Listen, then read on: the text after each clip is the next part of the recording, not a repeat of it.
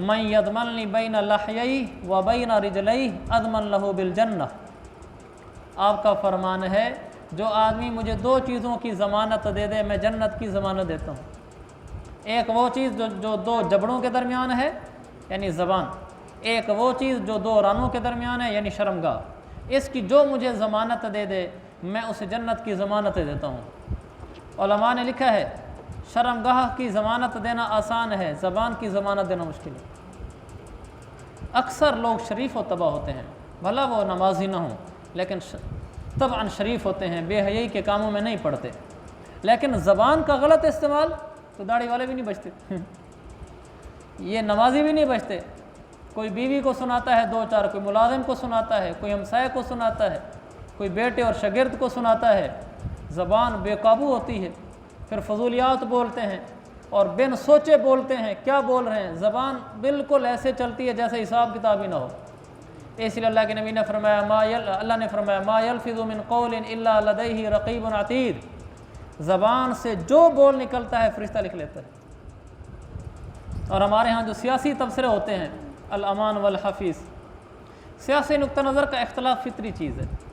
सारी उम्मत एक सियासतदान पे जमा हो जाए मुमकिन ही नहीं, नामुमकिनात में से है।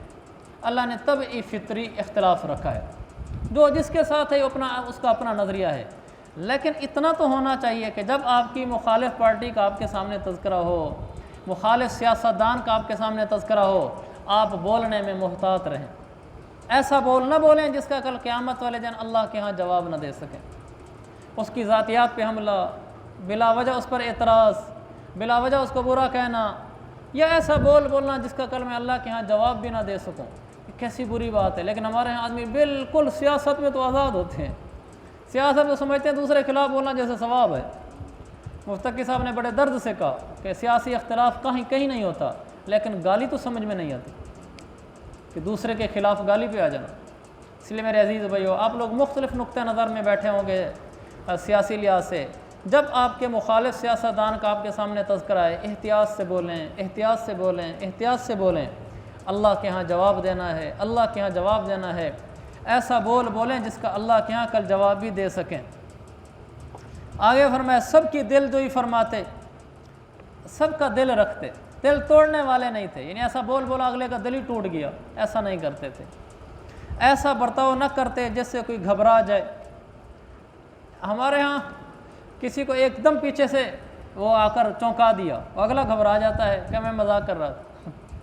मेरे नबी ऐसा नहीं करते थे। किसी का मोबाइल उठा लिया, किसी का जूता चुरा लिया, किसी की कोई चीज़ उठा ली, बहुत परेशान फिर रहा है और बाद में कहा जी मैं मजाक कर रहा था। मेरे नबी ऐसे नहीं थे। आपने फरमाया कोई आदमी भी अपने साथी की लाठी भी ला लाइबन वला जादन, न संजीदगी में उठाए न मजाक में उठाए। आमतौर पर सहाबा लाठी साथ रखते थे, असा। आपने फरमाया मजाक में भी ना उठाए। ऐसा आप बर्ताव नहीं करते थे जिससे कोई घबरा जाए, ऐसा बर्ताव करते थे अगला खुश हो जाए। तो किसी के साथ ऐसा मामला नहीं करना चाहिए कि उसकी तबीयत में घबराहट हो जाए। और ये भी उसी में आता है, ये सरप्राइज़ मुसीबत है, ये सुन्नत नहीं है, ये सरप्राइज़ फैशन है, ये शरीयत नहीं है। हर बात में सरप्राइज़, ये क्या मुसीबत बनी हुई है। किसी के घर अचानक पहुँच गए, कहा जी सरप्राइज़ देना था, कमाल है। हर आदमी की अपनी ज़रूरियात होती हैं, हर आदमी के अपने मसाइल होते हैं। आपका गहरा दोस्त है, आप अचानक पहुँच गए, फ़ोन किया जी कहाँ, जी मैं आपके दरवाजे पे खड़ा हूँ, क्या मतलब, आओ मेरा इस्तकबाल करो। आपको पता है वो अंदर किस मसरूफियत में है, किस परेशानी में है, किस जल्दी में है, कहाँ जा रहा है। अगर वो आपको कह दे भाई नहीं मैं तो चन्नू जा रहा हूँ, आप कहेंगे क्या बदतमीज़ी है, मैं आपके दरवाजे पे आया खड़ा हूँ और आपने कहा मैं चन्नू जा रहा हूँ।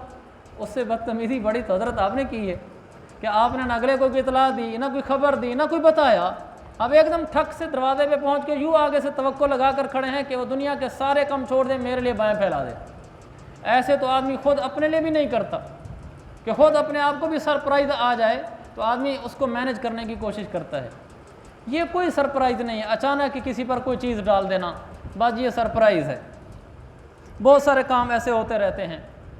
वो हमारा एक दोस्त है, कहने लगा, मैंने एक दिन उससे ऐसे बात की तो मैंने कहा ना सरप्राइज़ ना, ये शरई चीज़ नहीं है, ये गैर शरई चीज़ है। कहने लगा मुझे इसका बड़ा सबक मिला हुआ है। मैंने कहा कैसे? कहने लगा मेरी नई शादी हुई तो ससुराल मेरे लाहौर हैं, तो वो ख़ुद हमारे इस जनूबी पंजाब का है। कहने लगा मैं एक दफ़ा ना बीवी को साथ लेकर सरप्राइज़ दिया मैंने, मैं ससुराल पहुंच गया रात को 12-1 बजे। मैं दरवाज़ा बजाया, फ़ोन किया, वो बाहर आए, मैं अंदर ले गए तो हमें कहा ओफो आपने बताया नहीं, घर में तो खाने की कोई चीज़ नहीं है। और कहा बाहर सारे होटल बंद हो गए हैं, कहा सोचो सुबह कुछ करेंगे।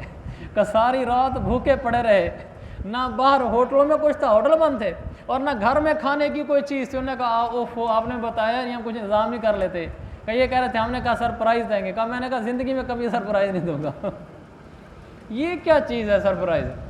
अल्लाह के नबी सल्लल्लाहु अलैहि वसल्लम जब सफ़र से तशरीफ़ लाते, मदीना में दाखिल होते, वो तो सरप्राइज़ बनता ही नहीं था कि काफ़िला होने में भी, काफ़िला दाखिल होने में भी देर लगती है। वो ऊँटों का काफ़िला होता था, पैदल काफ़िला होता था।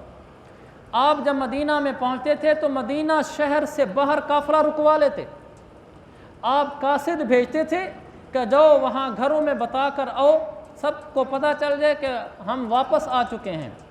आप पैगाम भिजवाते, घरों में पता चल जाता कि आ चुके हैं।